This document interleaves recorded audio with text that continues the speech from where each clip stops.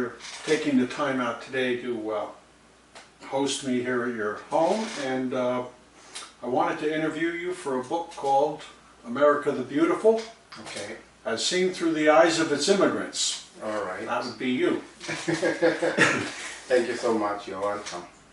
What I'd like to start with is just one question, and these are open to anything you'd like to tell me. Okay. But why don't you tell me a little bit about the home life that you had in Kenya before you came to the United States, and what kind of led up to your making a decision to come here? Okay. Well, I'm originally from Kenya, and I came to the US in 2009 as a student. But before that, I lived in Kenya since I was born. I was born at some place called Meru County, which is on the slopes of Mount Kenya, on the eastern side of Mount Kenya. And I grew up in the village, you know, just your typical African village. And I grew up with my grandparents. And as far as schooling is concerned, I went to the local, public primary school, which is like, I don't know what you call them here, from grade Elementary 1. school. Yes, elementary school, yes. So I went to that, I went to the school around there. Then after that, I went to high school, which was around the same place, not very far away. But as far as the high school was concerned, I had passed well to go to a much better school in my primary school examinations, but really I couldn't be able to go to that school that I wanted to go, so I ended up going to the school that was close by because it was much more cheaper. So that's really how I grew up. And initially I never really thought of coming to the US. My dream was to go to the city, which is Nairobi, and that's all I dreamt. When I was growing up, I used to hear stories about Nairobi and all that, and even when I was, because when in primary school back home, before you go to high school, you usually have a chance of choosing the school that you want to go to, and actually I chose the schools that were in Nairobi because my dream was to actually go to Nairobi. So yeah, my dream was always to go to Nairobi, but not really the US. So coming to the US, that was way much later in life, after I graduated from high school, and my father, told me about the opportunities that are out there outside my country, and that's really now when I started now thinking about, getting out of Kenya and maybe going out there overseas and going for my school, for my college education. Now you had, when you were considering coming, you mentioned that you had first thought maybe you would go to the UK. Yes. And why didn't you go to the UK? Well, yes. Initially, when I decided of leaving my country and going overseas, the first place that I wanted to go was the UK, and the reason was because my dad was there. He's still there, and I couldn't because I was denied visa. I was denied visa 4 times. It took me about 8 good years trying to figure out how to go there, but apparently because since my father was there, so my ties were really in the UK rather than being in Africa. And most of the time, if you are looking for a visa to come and maybe study or even visit a place like the UK, the US, because those these are Western countries, these are first world countries. Mostly what they look at is your ties back home, and apparently it seemed like my ties were in the UK, and that's why I couldn't get a visa. But you did get one to come to the United States. Finally, yes, I did. Yes, after trying so many times, yes, finally I got the one to come to the US.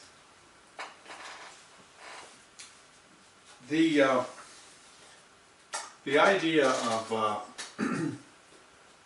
coming to the U.S., did you have an image in your mind of what it was going to be like when you got here? And if so, how was the country different from what you had imagined? Yes, just like everybody else out there, you know, before you get here, there's that picture of America that a lot of people have. There's always the picture that is painted of the US is, you know, life where there's pretty much everything that you think you like, whatever people, you know, wish to have, like, you know, money and things like those. So that's the same thing that I thought was here. But when I got here, I found things to be a little bit different. Well, still there's a lot of opportunities here in the US, but even to grab those opportunities, it's not like you just come here and then you just find money and, you know, you just get good jobs and stuff like that. You have to start from somewhere, and that's what people don't realize when they're back home, that you actually have to start from way down there and go up. But opportunities are there for you to grow. And when you came here, you came first as a student, so you went to college. Correct. And what college did you go to? I went to Indiana University of Pennsylvania. Oh, Pennsylvania. Not Indiana, the state. Yeah, it's a little, Indiana itself, it's a little city in Pennsylvania state. It's about an hour and a half from Pittsburgh. So yeah, that's why I went to school. A lot of people ask me, like, I used to get this a lot, like, you know, when I was in school, like, how did you even find that school?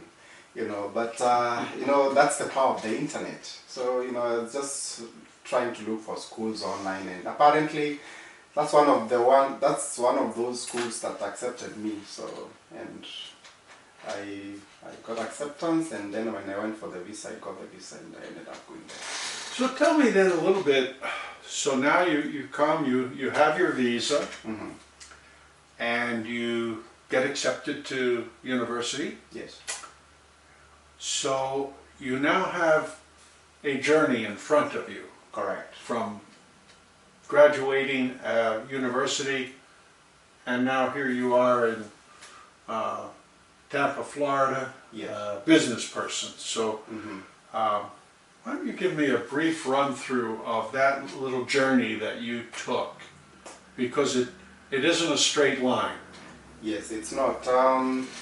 Now, and this is what a lot of people don't know, and especially when also those people from my background, from Africa, from Kenya, we tend to think that you know, when you just come here in the US, you're going to be successful, especially those who come as a student. I can only talk about those who come as students because I came as a student, and I see this a lot, you know, having been a student here. So for me, all I wanted was to just come to the US as a student. You know, I was happy, I got the visa, and, you know, I thought things would just work out perfectly fine after I graduate. I had no plan of how to even get, you know, like, once I graduated, what did I need to do to get a job? You know, I had no idea of what I needed to do. So for me, it was just, okay, I'm going to the US. I don't care anything else. I'm just going there as a student. The rest, things we're going to figure out. Now, it didn't turn out to be that smooth sailing. And this is what a lot of our people, when they come here, face, those kind of challenges. Because when I graduated, and this is what happens as when you come here as an international student. When you graduate from college, Normally when you come here, you come on a student visa, but when you graduate, you can apply for something called optional practical training, which is basically a 1-year work authorization if you had a degree that's like the one that I had. But if you have like a STEM degree, science, technology, engineering, mathematics, you can get up to 3 years of work authorization. So for me, I had 1 year of work authorization. But the problem is, once you get that work authorization, you actually have to find a job. If you're looking for a job, if you want to come and stay here longer, you have to find a job that is closely tied to what you went to school for. Now, for example, I came here as a master's student, taking accounting as a concentration. So, and I had a bachelor's degree in accounting and finance from Kenya.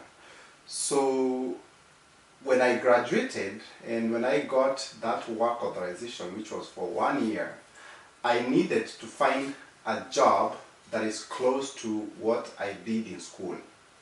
Okay? So that's usually a challenge, for a lot of African or immigrants who are coming here as students, because a lot of companies, when they are hiring students or international, not just international, when companies are hiring, like for example, I have a business, I hire people. So if someone comes to me and they only have like a 1 year work authorization, I don't know, I'm tempted not to hire them because, hiring is expensive as a company. So you tend to see a lot of companies, they ignore even brilliant students. That's because they only have 1 year work authorization. So, they would rather hire like an American who really doesn't, who can work for as long as they can. Because companies don't just want to hire someone for just 1 year. So I didn't know about those things, So finding employment was an issue. I couldn't find even internship. I go for interviews, I don't pass them, and I keep on wondering like, what am I doing wrong, and things like those. So I was like, I have to do something, and I'm a person who is very inquisitive. Like, I don't just sit there and wait for things to happen. I actually start looking and trying to see what everybody else is doing. So I started studying what other international students are doing. They are facing similar challenges like me, right? So what are some of them? What are they doing for them to get jobs? And I started seeing, having an observation from, I could see Asian students who are doing a bit better than people from my background.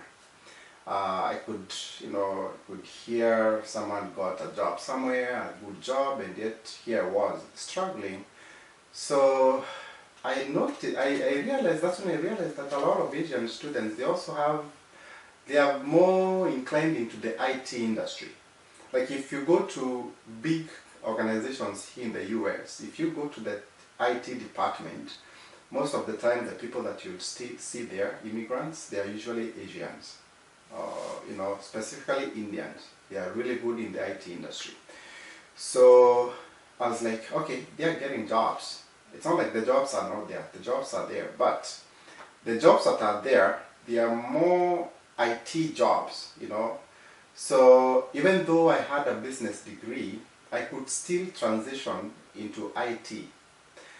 Now, so I did my own research, and then I knew that with IT, there was jobs, there was a need for those skills, because as much as Americans, they are educated and all that, still there is a shortage, even up to date.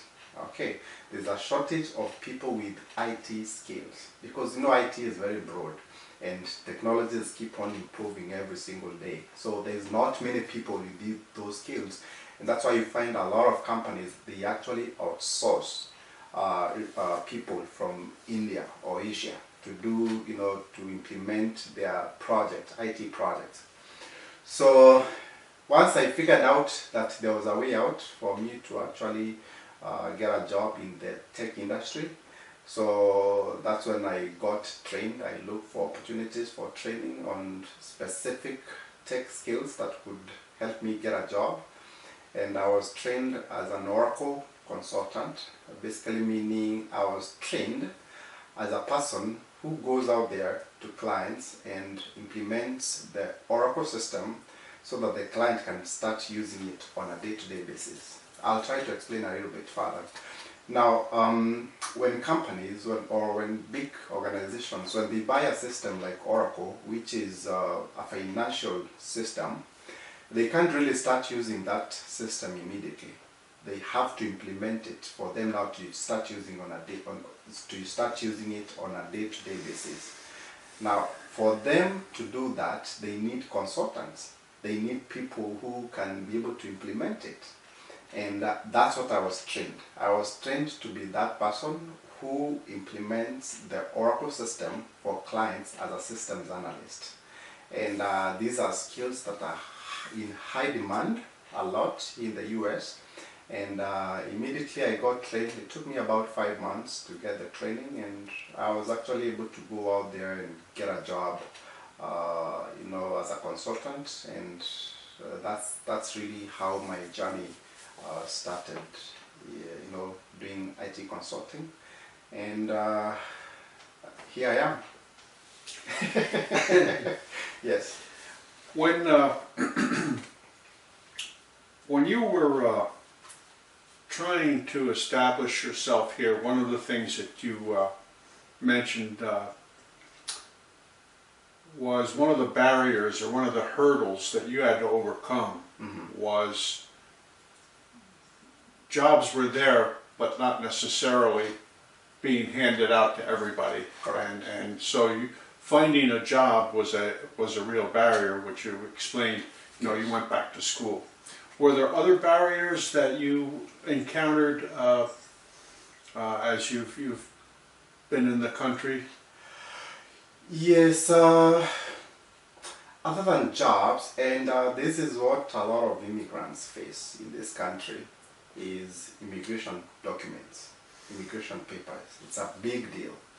In fact, actually, in this country, we have about 12 million undocumented immigrants. Right. Okay. To so many immigrants, getting like it's called the green card, which basically means it's you can work and live here permanently without anyone asking you anything. Getting that document, it's a big problem to so many people. Now, for example, if you come on a visit visa and you don't intend to go back to your country, getting that green card is a problem. It's not easy because when you come on a visit visa, you are actually not allowed to work.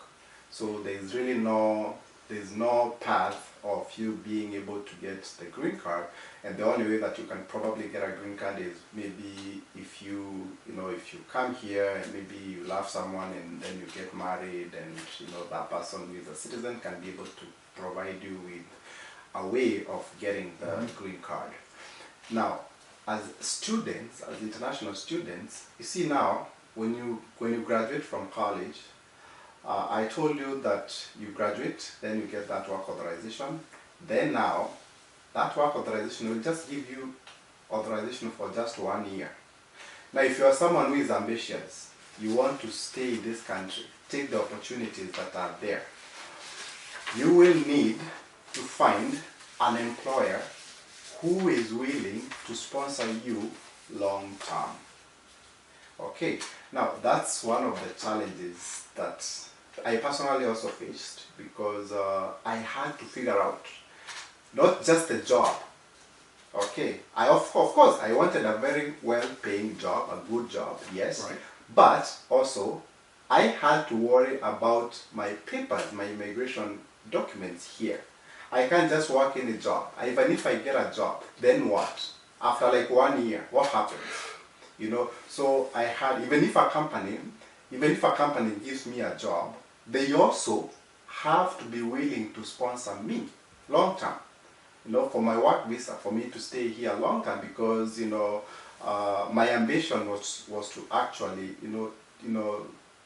work here long term, because I already spent a lot through my education, studying here, and I wanted to live here and work, but to get there I needed a company that would sponsor me. So that's usually the challenge that a lot of people face. Now, I was able to get that, but also because also initially you'll get like a work authorization for up to 3 years. Then again, now you have to let the company know that you want to stay longer. Then they can extend for another 3 years. Then after that, now then you can apply for the permanent residency, which is the green card. And not you, I mean the company can do that for you. Now, when I got my first work authorization for the first 3 years, that company had promised me they would help me get my permanent residency. But after I worked for them, they said, oh, we are not going to do that for you. So I had to go to square zero to figure out where I can get another company that was willing now to sponsor me, because I wanted to be here, to stay here longer, to sponsor now me for my green card. Because just me having a 3-year work authorization, that was not enough for me. I wanted to stay here long term. And the only way was through a green card. And the only way that I can get a green card is through an employer filing for me, saying that, hey, we like you, you have the skills that Americans don't have. Another thing also, a company can't just file for you just like that. They have to prove to the US government that you as an immigrant, you have the skills that Americans don't have, meaning that you have to have a skill that has a shortage in the American labor force. Okay, so if you don't have that kind of skill, then a company cannot be able to file for you. Even if they file for you, it won't go through. It won't be approved by the immigration agents. Okay, so that was a challenge. So I had to, figure out, now start looking for another company and, starting out negotiating with them. But luckily, I'm also, like I said, I'm not just one person who just sits there and waits for things to happen. I'm very proactive, I'm always someone who I need to know what's gonna. I don't just want to sit there and wait for fate. I just want to make sure that at least I know what's gonna happen. Like maybe a year and a half, as far as my immigration documents are concerned. I didn't just want to sit there, stay there, and not knowing what's gonna happen really. But yeah, I was able to find a company, and I was able to get my, green card processing started, and I was able to get it within a few more years down the line. So yeah, it's not that easy, and that's why a lot of people they are not able to get immigration documents or the green card through employment, because you can come here to study. But if you are doing a degree if your skills that they are skills that a lot of Americans have, then even if a company wants to sponsor you, they can't. Because already there's so many Americans who have your skills.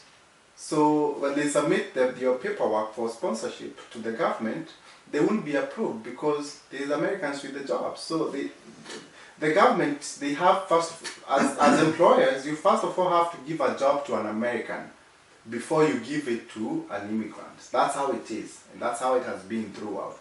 Okay, so that's why it's very, very important if you come here as an immigrant, if you really can, look for those jobs.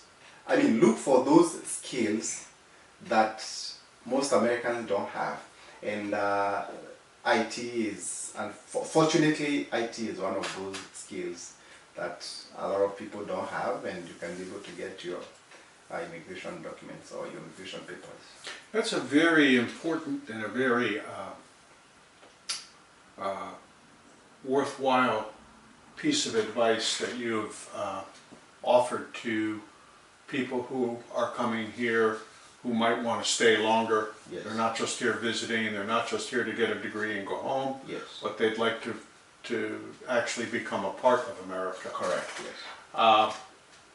I'm wondering, in speaking with a number of people who've come here from places like Lebanon and Brazil, they've talked to me about different qualities that they felt that they had that helped them to survive and become successful in America. For example, one person told me that the thing that helped him the most was perseverance, because he met so much adversity when he first got here, but he was determined, and so he was ready to persevere. Are there certain qualities or personal qualities or characteristics or advisement that you could give to someone coming from your country or some other country in terms of their personal development that might help them be successful, if you were advising them? Yes. See, this country, the good thing about America is this country has a lot of opportunities. Okay.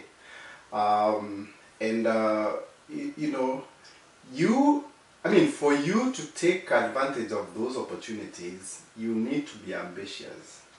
Okay. And that's what I've been all through the years. Okay. In the sense that don't just, because a lot of people, there's some people who come here on a green card.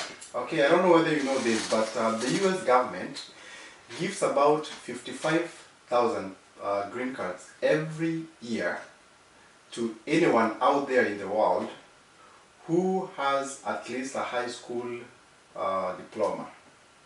So those people, they have a green card, they come here, they can start their life here in the US. Okay? But see, if you have a green card, you already have because if you come as a student, you don't have a green card. So, you have to figure out how to get a green card, all that journey that I've told you about. But if you come here on a green card, that part of it is already covered. So all you need to figure out is how to now to get a job. And coming as a permanent resident, you are pretty much like an American citizen, So companies won't have to worry about sponsoring you and things like those. So I tend to also see a lot of people, there's so many people who come here, either as students or as green card holders, but maybe they're not even very ambitious. They just come here, they're just comfortable, okay? And they're just doing ordinary things. So, but if you really want to get, to a certain level, just, because there's so many opportunities. Like, you can become anything. That's the good thing about this country. There's, you can, but you have to have that ambition. You have to have that mindset of actually knowing that, hey, you know what? I can get there. There's a way out to get to the top. Okay, all I need is to just keep on pushing. If you have that ambition, you're gonna get there. So for me, that's usually what I have. I'm a very ambitious person, and I never get satisfied of just being very comfortable. Even when I used to work with as a consultant, and I was earning well. To a lot of people, they'll just maybe, just be comfortable. Maybe you have a house, you have a nice car, you are paying your bills and all that. A lot of people will just be comfortable with that.